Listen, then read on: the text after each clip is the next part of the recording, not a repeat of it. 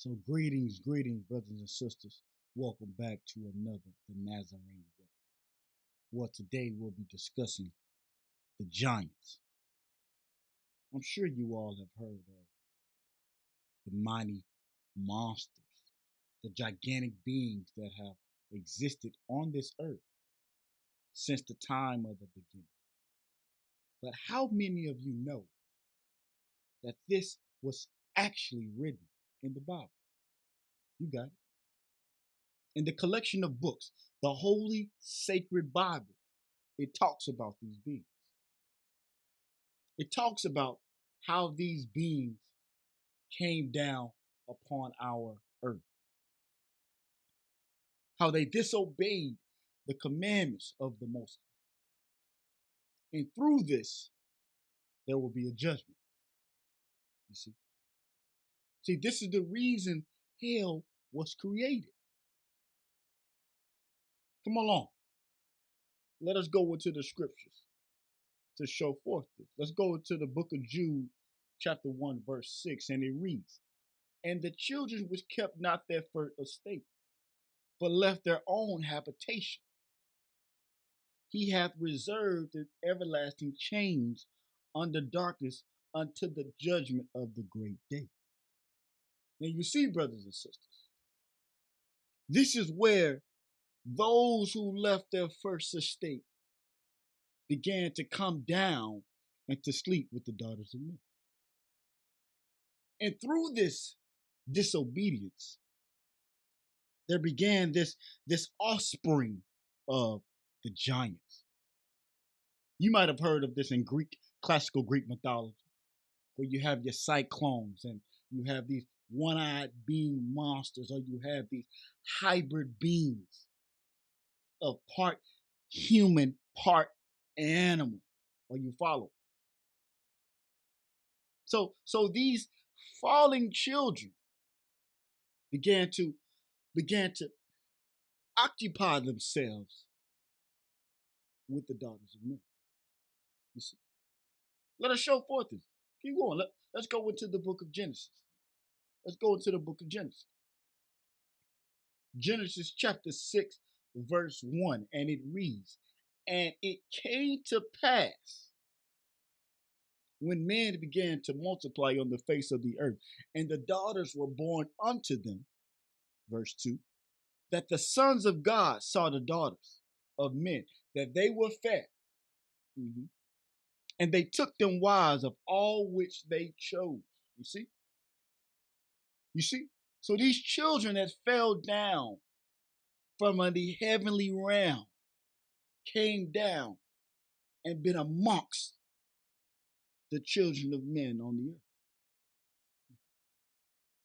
Now, for those of you who have second thoughts about this, you see, to show forth that these sons of God are in fact angels, we'll show forth this same phrase in the book of Job. Yeah. Let's show forth this. Let's go to Job chapter 1, verse 6. Now there was a day when the sons of God came to present themselves before the Lord, and Satan came also among them. Now we see this same phrase, this same analogy being used in the book of Job to show forth that these are angels. Mm-hmm. You see, mankind cannot see man. Mankind cannot see the Most High and live. You see? So this is how we know that these beings are angels. You see? You see, the Most High is a spirit. So this lets us know that these angels, these children of the heavens, were not just human beings. Let us show you that the Most High is a spirit. Let's go. Let's go to St. John 4:24. I know we move it a little fast today, brothers and sisters. We move it a little fast. But don't worry, you have your recording with you. And it reads, "God is a spirit, and they that worship him must worship him in spirit and in truth." You see that? This lets us know that the Most High is a spirit. And so if we are to worship him, we have to worship him in spirit and in truth. You see? So let's turn back to Job. No, get that, brother. Let's go back to Genesis. Genesis. So now that we have established that these sons of God are in fact the angels which fell down from heaven and are continue to fall, are in fact the children of heaven, we must show forth this in the extra biblical text. You see, many don't go into the extra biblical text, the extra biblical books, to gain more clarity and understanding about the Bible. You see, when you read the book of the Bible, the Most High gives a little here, a little there, and a little there, to where one would have to go and read to connect the dots, to connect the puzzles, in order to show forth his righteousness, in order to see the clearer picture. You have to go in and study to show thyself approved through all of the records. So here we are. You see, these angels that fell down from heaven began to mix themselves with the daughters of men. You see, let's go to the book of Enoch to give a little bit more clarity on what was going on at that particular time. So let's go to the first book of Enoch, chapter 6, verses 1 through 3. And it reads, "And it came to pass when the children of men had multiplied, that in those days were born unto them beautiful and comely daughters. And the angels, the children of the heaven, saw and lusted after them, and said one another, Come, let us choose us wives from among the children of men, and beget us children." You see? So Enoch is speaking from the spiritual realm of what these hybrid, of what these angels of heaven are thinking within them. You see?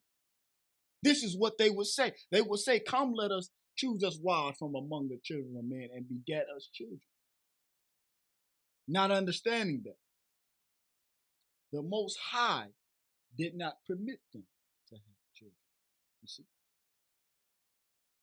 Not understanding that the Most High did not give them such authority. You see?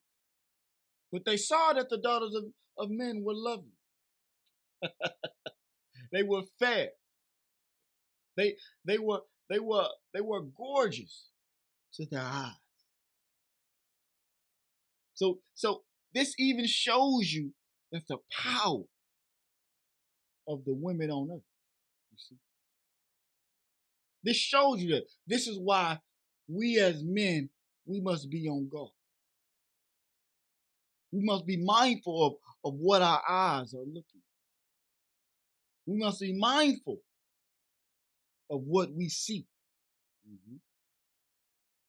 And to you women, this also gives greater clarity to show you that you must be mindful of how you dress, what you put on, how you dazzle yourself with your makeup. You must be mindful of that. So not getting off the beaten path here, let's get back to the book of Genesis chapter 6. Where it reads, so there were giants in the earth in those days, and also after that, when the sons of God came in unto the daughters of men, and they bare children to them. The same became mighty men which were of old, men of renown. You see? So these giants were offsprings of those angels that came down and took them wives to be children of hybrid blood. Are you following? So this hybrid blood produced giants, produced part human, part animal. These all came as the fruit of that, which is why the scriptures tells us that the same became mighty men which were of old, men of renown. Now we're going to touch on one of these giants to show forth that these giants were the same ones mentioned of in the book of Genesis. Mm-hmm. You see, this was known. This was known during the ancient civilization's time. They knew of these mighty men. They knew of these renowned, high statured, gigantic beings. They knew of them. You see? They knew that these particular creatures was not first created by the Most High. You see? In the Apocrypha, the book of Baruch talks about it. He talks about the giants that were famous from the beginning. Let me show you. Yeah. Book of Baruch, chapter 3, verse 26. There were the giants famous from the beginning that were of so great stature and so expert in war. You see? So these giants were experts in war. They were of great stature, not just in height, but in might, in body wise. They were almost 2 to 3 times, if not more, than your average male, your average female. You see, this is what happened. This is what was going on in the earth at this time, which is one that one must understand in order to understand later on in the scriptures. You see, all of many people don't really go in and read this book. You see, most people talk from the scriptures and they pick the scriptures and give the spiritual understanding, which is good. But sometimes you got to go in. You got to go into the book and get the nitty gritty. Sometimes you got to teach just the Bible straight through so that you can gain clarity on the stories so that can build on one another. Are you following? Yeah. Sometimes this is edifying rather than just going straight to the spiritual. Are you following? So here we have these giants. You see, these giants that was produced of the offspring from the children of heaven, from the daughters of men. Mm-hmm. Stay with me now. I'm in the book of Deuteronomy, chapter 2, verses 8, and it reads, "And when we passed by our brethren, the children of Esau," now this is Israel speaking, "which dwelt in Seir, through the way of the plain from Elath and from Izagaba, we turned and passed by the way of the wilderness of Moab." Verse 9. "And the Lord said unto me, Distress not the Moabites, neither contend with them in battle, for I will not give thee of their land for a possession, because I have given Ar unto the children of Lot for a possession." So the Most High told him, don't argue and bicker and fight with the Moabites. I've given the children of Lot that possession. Just move straight through. So let's jump to Deuteronomy chapter 2, verse 10. "The Emims dwelt there in times past, a people great and many as and tall as the Anakims,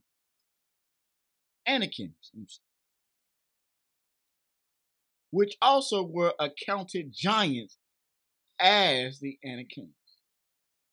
But the Moabites called them Emus. Are you following? So now we have these different, I guess you would call, segregation of giants.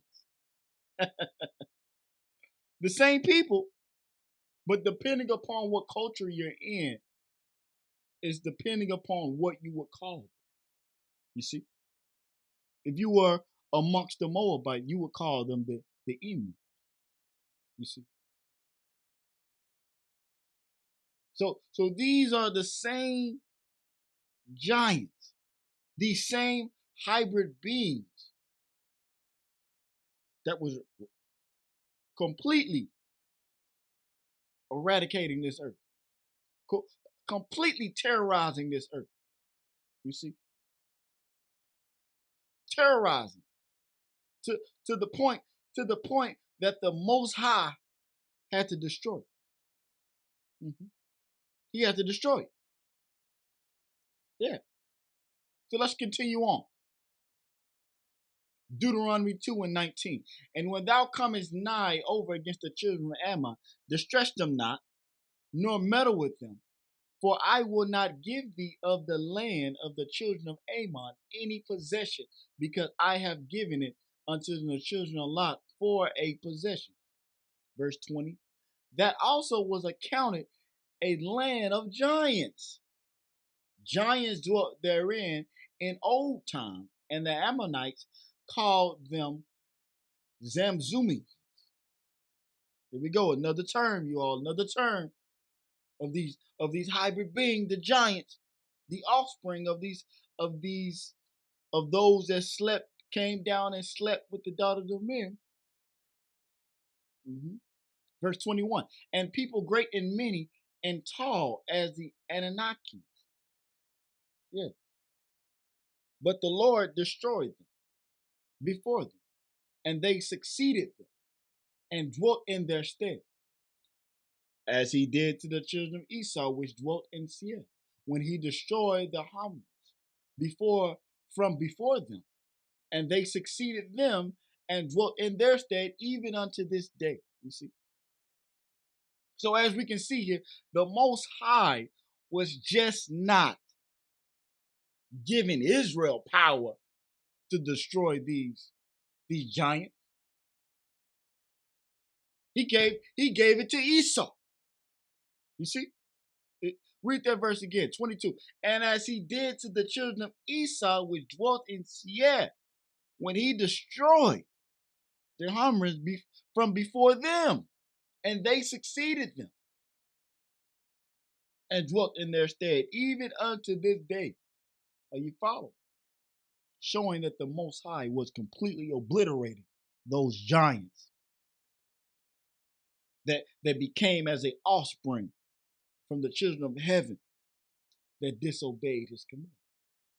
So he empowered the humans. He empowered his creatures to feed off against those that were evil. Are you following? Yeah. Yeah. So here we are, moving right along. We're one of the key giants that many of you all may recognize, Goliath.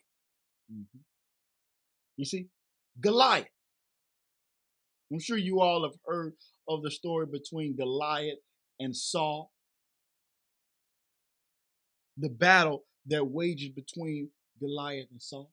You see, so Goliath was also one of those giants, one of those giants that began to cause havoc on earth. Let's read it. 1 Samuel 17:8. And he stood and cried to the army of Israel and said to them, Why are ye come forth to set yourself in battle array against us? Am not I a Philistine? And ye Hebrews of Saul? Choose for yourself a man and let him come down to me. This is Goliath talking big bucks to the Hebrews, talking his smack to the Hebrews. Hey, choose from yourself a man and let him come down and battle me. This is what he said. Verse 9. And if he shall be able to fight against me and shall smite me, then will we be your servants. But if I should prevail and smite him, ye shall be our servants and serve us. So this was the wager. Hey, if you beat me, but if I beat you, then you're gonna be my servant. Are you following? Yeah. So verse 10 it reads, and the Philistine said, behold, I have defied the armies of Israel this very day. Give me a man, and we will both of us fight and siege combat. So Goliath was ready to battle. He was ready to battle from the end. He was ready to battle to obtain Israel as his servant. Mm-hmm. But many of y'all might have missed it. Many of you all have heard of the great stature of this giant called Goliath. But many of you all have missed the key concepts in here. Let's jump back up to the top of the verse. Let's jump back up to verse 3. And the Philistines stand on the mountain on one side, and Israel stands on the mountain on the other side. And the valley was between them. And there went forth the mighty man out of the army of the Philistines, Goliath, by name out of Gath. His height was 4 cubits and a span.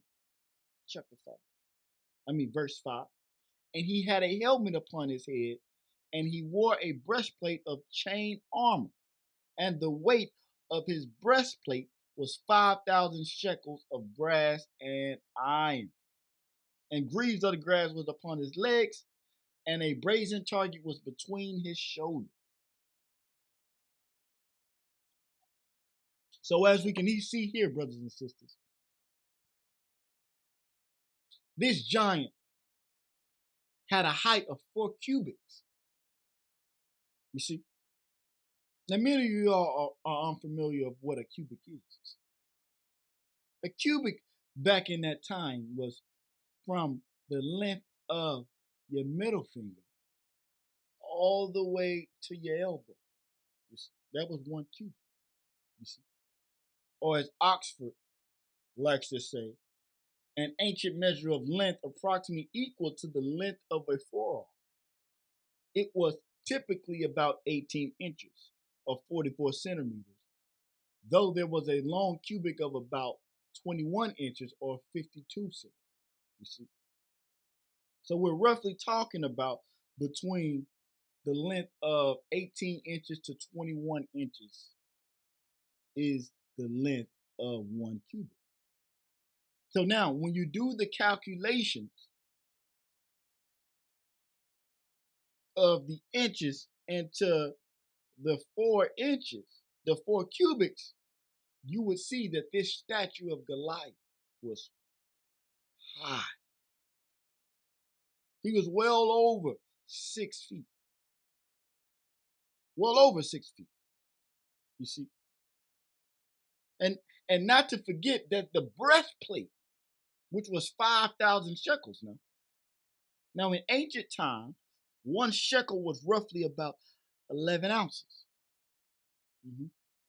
1 shekel would be about 1 shekel would be about the same as 11 grams.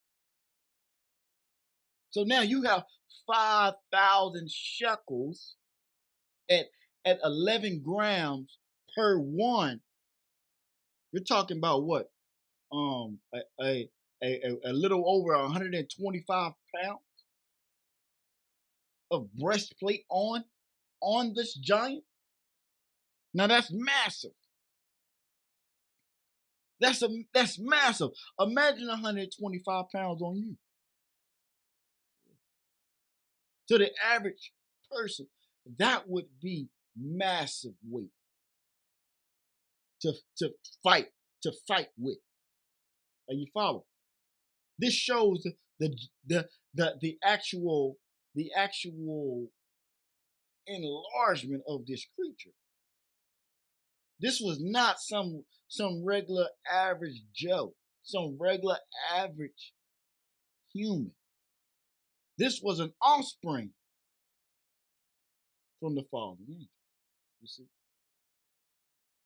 So now, you all know the story of Saul, who hit up the side, who actually destroyed Goliath,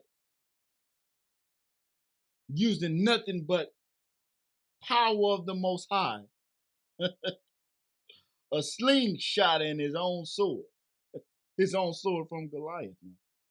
Yeah, read about it in your spare time. We're gonna move on to Deuteronomy chapter 3, verse 11. So, for only Og, the king of Bashan, was left of the Rephaim. Behold, his bed was a bed of iron. Behold, it is the chief city of the children of Ammon. The length of it is 9 cubits, and the breadth of it 4 cubits, according to the cubit of a man. Are you following?